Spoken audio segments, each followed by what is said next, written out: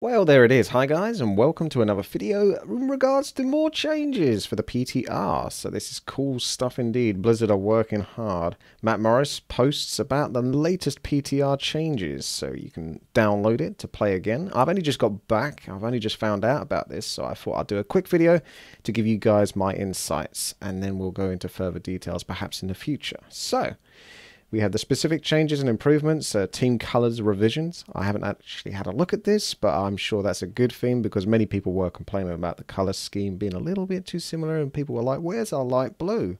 Now this is a big one. The camera reset has changed back to 1.28 height. So that's basically the patch 1.28.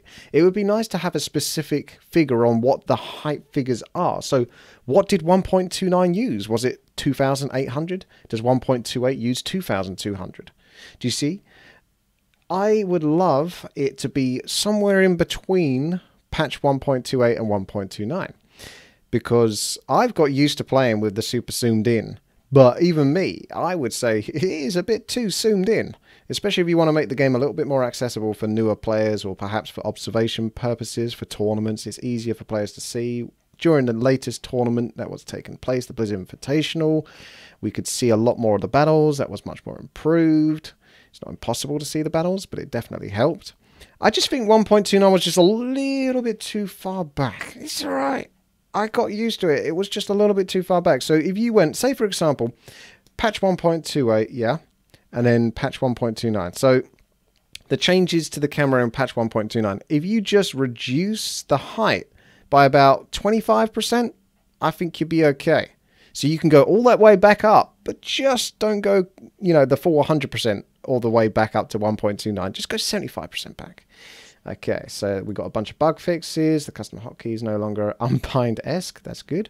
Matchmaking now starts when using community maps. Alchemist healing spray now self-heals. That was a bug beforehand. He wasn't healing himself.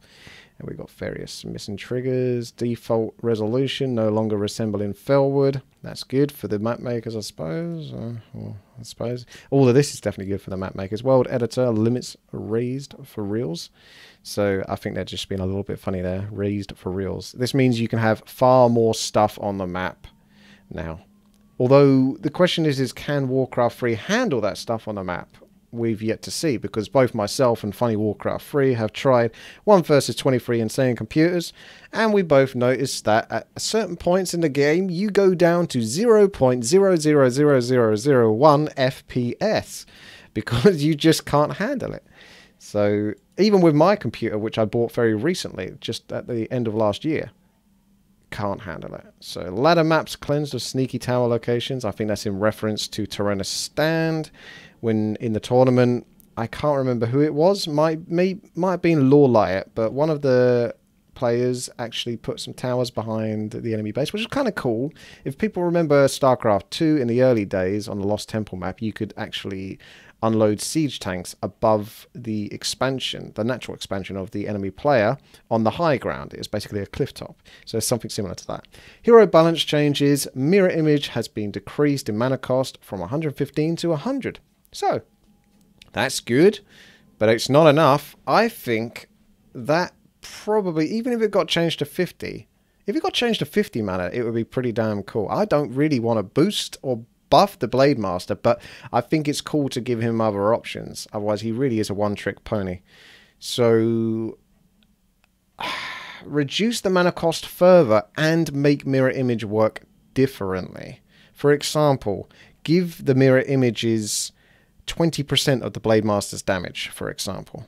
I'm just saying this off the top of my head right now. I haven't thought through the balance and gone through it meticulously, so there could be changes, but this is just a rough idea. If you gave the mirror images a percentage of his damage, there might be more worthwhile using them, so you could perhaps use them for creeping. But who knows? That's just one idea. I'm sure you guys can come up with some more. If you do, then make sure to put them in the comment section below. The Shadow Hunter, this is always awesome because I like the Shadow Hunter. So buffs to the Serpent Wards is cool because they're the fun ability, but you very rarely go it over Healing Wave and Hex. So you got increased damage from 11, 13 to 14 to 16 on level 1, and the health is increased by 15. Level 2 is 23 to 26. to 27 to 30. So just, yeah, small buffs, but still they're a little bit that help. 135 to 165 health, and the level 3 is 41 to 45 damage. Up till now, 48 to 52, so that's pretty big. You know, 50 damage basically on average per ward, and they cost only 30 mana, so as long as you can keep those wards up. The downside to the wards, I would say, is something that they've maybe missed out here. And I don't know whether they've considered it or not, but healing serpent wards, if I do remember correctly, give experience upon being killed. And this is partly what they've done, is make it harder. So by putting the health up, it makes it harder to kill the wards. But generally speaking, you can still nuke down the wards fairly quickly and easily, and you get quite a lot of experience from just doing that. So maybe reduce the experience given from the wards as well. But I think we want to be careful though, because obviously you don't want serpent wards to necessarily be in the new meta. But I'll be interested in that. But it would be quite horrible actually, just people whacking down tons of wards. Dreadlord has been buffed once again, so basically Carrion Swarm is now 100 mana, and it has an increased level of maximum damage, I think. So 300 to 400, 600 to 700, 1000 to 1200. So that's staying a bit more in line with how the other AoE heroes works, Shockwave and all that kind of stuff. Got to be a bit careful. There's one major change to the Dreadlord, and I'll cover that over. Well, a change in my head, so to speak. It hasn't actually happened yet, but I would love this to happen, and you guys can let me know. Oh my goodness, it begins. Demon Hunter mana burn. Nerf to the mana cost. 50 to 60. So this is a tiny nerf, but you know it's going to be the start of more. Oh yes, Demon Hunter, you are gonna get sorted, my friend, from rank 1 to rank middle, I suppose, would be nice, so we don't have to see Demon Hunter every game. Yeah, that's a good one. Just making it a bit more painful for him to cast. It'll mean he can't get so much out of his Moon Juice, because for those of you that don't know, for every 1 point of, well, let's say for example, if you go to the Moonwell and you go to heal up, you get 4 times the amount of healing than you do mana. So if you was missing 10, oh god, I shouldn't do math live like this, so I'm not going to do it, but basically any additional mana that you've used is going to soak up a lot more of the Moonwell than healing will. So Priestess of the Moon, her attack speed has been buffed. I thought it was already buffed before, since the last patch, but 2.33 is still pretty damn slow. Oh, I see. That's the default. Okay, so yeah, that's her attack speed default. Alright, so we got the Scout buff for the Priestess of the Moon. I think is pretty good, actually. I started using it a lot more over Searing Arrows. Increases movement speed from 270 to 300, so it's slightly faster. Basically just 10 movement speed faster now than the new buffs to like Mountain King and Dreadlord and that, who are now moving at 290 speed. So basically imagine them moving just a little bit faster than that. Level 1, reduce the mana cost from 100 to 50. And level 2, 75 to 50. So pretty damn dirt cheap, the Scouts. Very, very good. Very, very easy to use. And not very much punishment since they're invulnerable. So yeah, you can go to town with that. We got a bunch of known issues, not too exciting, and notes, replays are incompatible between major game versions. This will be the latest version to support Windows XP. Okay, so what was the change that I would like to see? Now, get ready for this. I would like to see the Dreadlord be changed to an agility hero. No, calm down, calm down. I'm being serious. I would really like to see... I play him quite a lot anyway in Battle.net, but that's mostly because I play stupidly. So if I want to play serious and win, I'll just go Death Knight.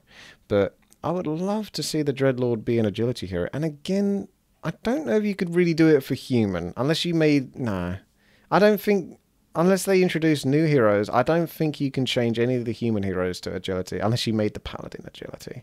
But I don't think that works. But I think Undead can do it. I think you can do it with Undead and not break the race or anything like that. By making Dreadlord agility, I don't think you're going to make him super overpowered, but you'll make him a lot more interesting. Because the buffs to him make him far more interesting to play. But you want that kind of Blade Master or Demon Hunter feel. And he won't be as good as the Blade Master or the Demon Hunter, even if you made him agility. So before you come up with that argument, he won't. Even with Vampiric Aura, he won't. He won't compare. So that's why I would like him to be changed, because I don't think strength does much for him. You don't go, oh, this is the strength hero. You go, Crypt Lord's a strength hero or something like that. The Death Knight's kind of a weird situation as well, because he has like awful DPS, so you don't really care about him. But the Dreadlord, I'm a bit more interested in him being agility. You guys can let me know whether you think I'm crazy or not. I would really honestly like to see an agility hero for Undead. It would make it a bit more spicy and interesting to play.